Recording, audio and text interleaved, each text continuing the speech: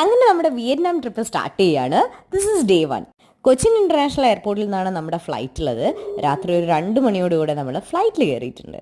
ഒരു കുഞ്ഞുറക്കം കഴിഞ്ഞ് എണീക്കുമ്പോൾ കണ്ട കാഴ്ചയാണിത്. രാവിലെ ഒരു 8:30യോടുകൂടെ നമ്മൾ അവിടെ ലാൻഡ് ചെയ്തു. വിയറ്റ്നാമിലേക്ക് വരണം എന്ന് പറഞ്ഞപ്പോൾ തന്നെ ഒരുപാട് ആന്റിസിപ്പേറ്റ് ചെയ്തിട്ടുള്ളതാണ് ഈ ഒരു ഫോ കഴിക്കാനായിട്ട്. വിയറ്റ്നാമിന്റെ നാഷണൽ ഡിഷാണിത്. ഇതാണ് നമ്മുടെ ഇന്നത്തെ ബ്രഞ്ച്. വിയറ്റ്നാമിലെ ഹോച്ചിമിൻ സിറ്റിയിൽ നിന്നാണ് നമ്മുടെ ഈ ഒരു ട്രിപ്പ് സ്റ്റാർട്ട് ചെയ്തിട്ടുള്ളത്. ഇവിടെ നമ്മൾ ഫസ്റ്റ് വിസിറ്റ് ചെയ്തിട്ടുള്ളത് ഇൻഡിപെൻഡൻസ് പാലസ് ആണ്. ഇതിനുള്ളിലെ കാഴ്ചകളെല്ലാം നമ്മുടെ ലോങ് വീഡിയോ ആയിട്ട് വരുന്നുണ്ട്.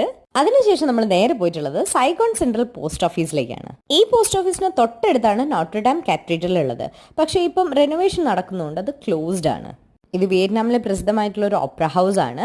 അതിനുശേഷം നമ്മൾ പോകുന്നത് അവരുടെ വാർ മ്യൂസിയം കാണാനാണ്. ഇതിനൊക്കെ ശേഷം ഹോട്ടലിൽ ചെന്ന് ചെക്ക് ഇൻ ചെയ്ത് ഈവനിങ് ആയപ്പോൾ നമ്മൾ ബോയ് വിയൻ വാക്കിംഗ് സ്ട്രീറ്റിലാണ് പോയിട്ടുള്ളത്.